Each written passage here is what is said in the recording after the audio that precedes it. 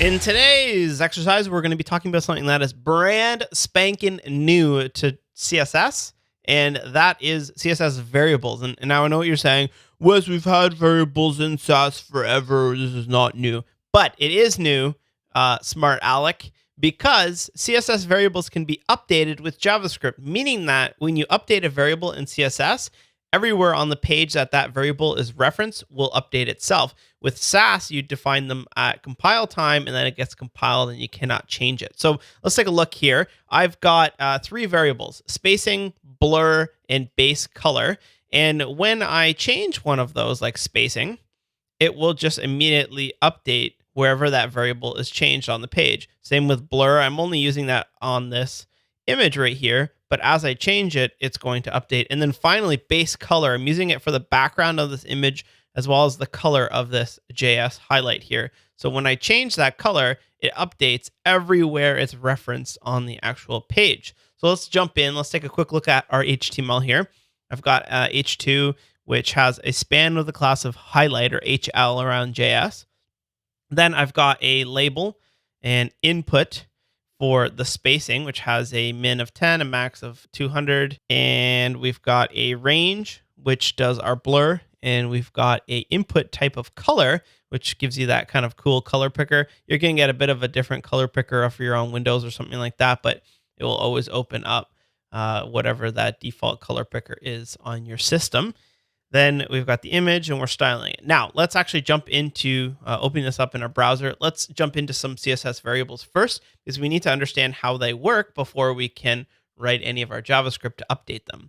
So the way that CSS variables work is that you declare them on some sort of element, or in our case, we're going to declare it on root, which is sort of the highest level that you can get, very similar to declaring it on the HTML element.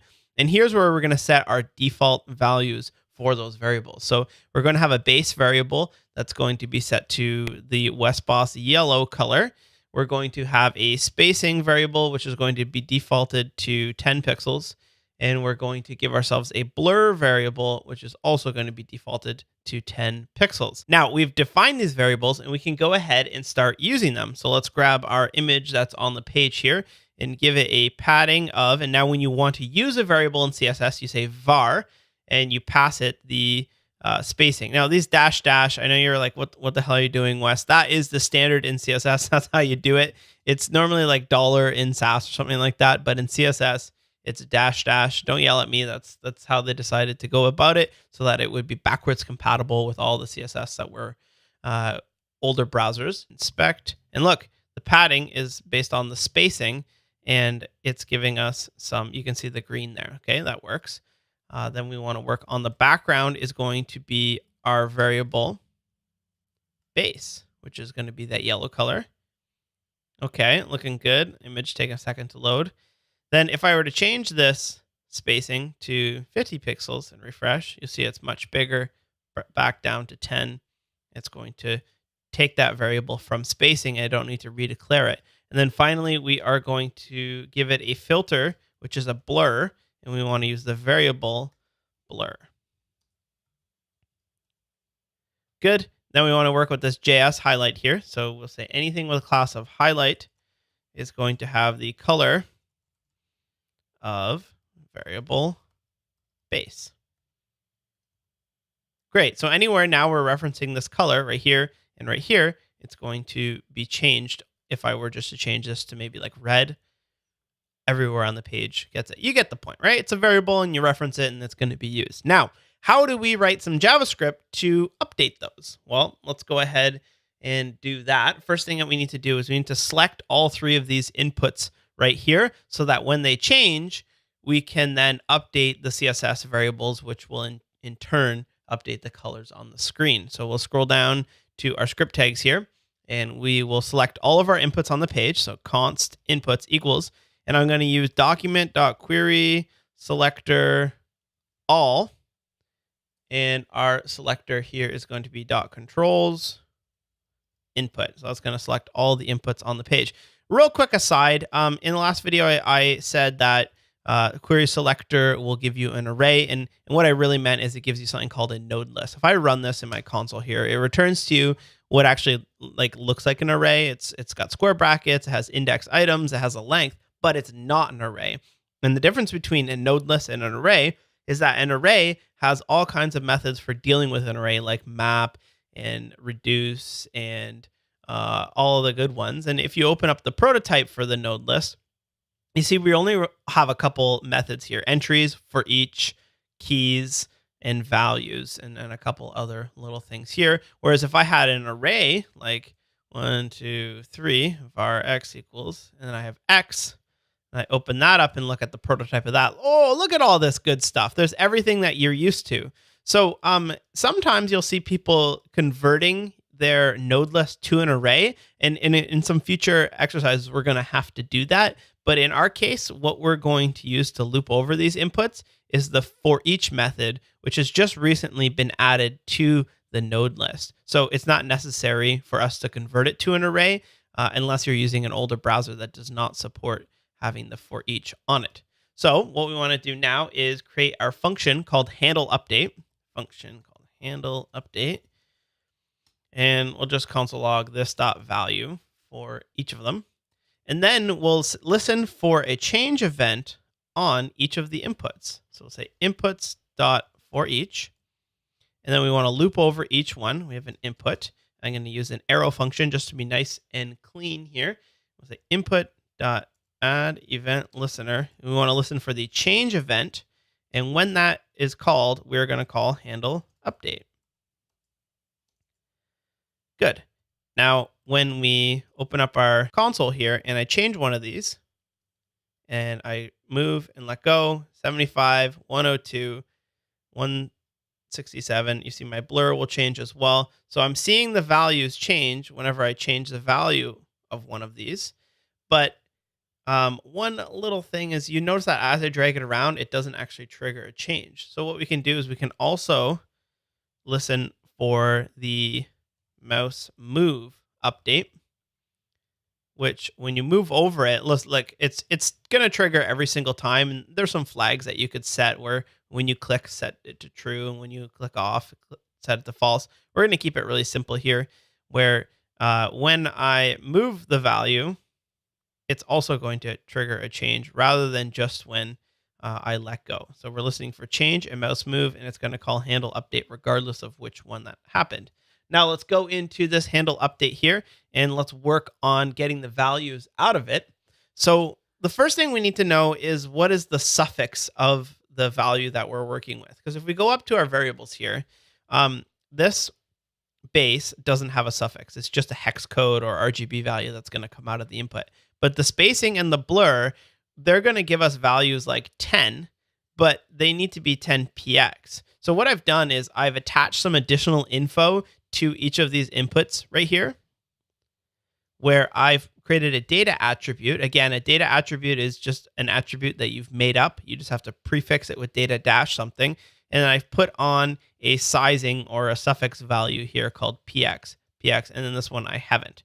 So what we can do in here is we can say const suffix equals this dot data set. Because what is this dot data set? Let's take a quick look at that a second. Console log this dot data set.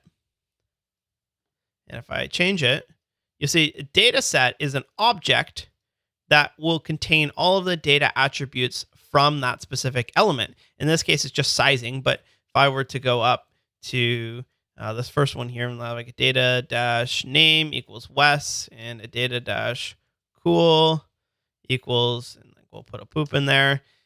Now let's see what we got. We got a poop. Sure do have a poop. Here we go. Open it up. We've got an object of all of the things. So data set is just an object that'll already, you don't have to select it. You don't have to use any attribute selectors from it. It will just take everything that has data dash on that element and put it into a nice tidy little object for you. So we want to go back down to this. We'll say suffix equals this dot data set dot, and what did we call it? Sizing.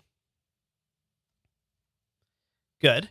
And then for some of them, they don't have a sizing, like the color one. So I'm just going to say or nothing, because if I don't leave it at that, we're going to append undefined on the end, and that's not what we want. So it's the or nothing. It's just going to fall back. So let's console log the suffix. see what we're working with here. So pixels, good. Pixels for that one. And then when I hover over this one, you see nothing. And that's because there is no suffix for the hex code. Now what we need to do is update the actual variable. So how do you select a variable? And then the way that works is we are going to select our entire document, which is our root here. And we're going to set a property of base, spacing, or blur. And you'll notice that we use the name here, name spacing, name blur, and name base. So we go down here and let's just console log this dot name, blur, spacing, base. Good. So we say document element dot style dot set property. And we're going to set the property of usually dash base or dash spacing, but those things are going to be variable. So we can use, because we're using backticks here, we can plop that variable name in this dot name, and then it's going to be set to this dot value. Now that's not going to get us all the way there, and I'll show you just a sec here. Let's open up our elements panel and let's change our blur. You see what's happening here? The blur value is changing, but there is no pixels being appended to the end. And that's why we created this suffix variable. So we can tack on the suffix variable onto the end. And now when I refresh, I switched out the image here because the other one was having trouble loading. And I change one of these. You'll see that the value is being updated, 124px, blur 10px.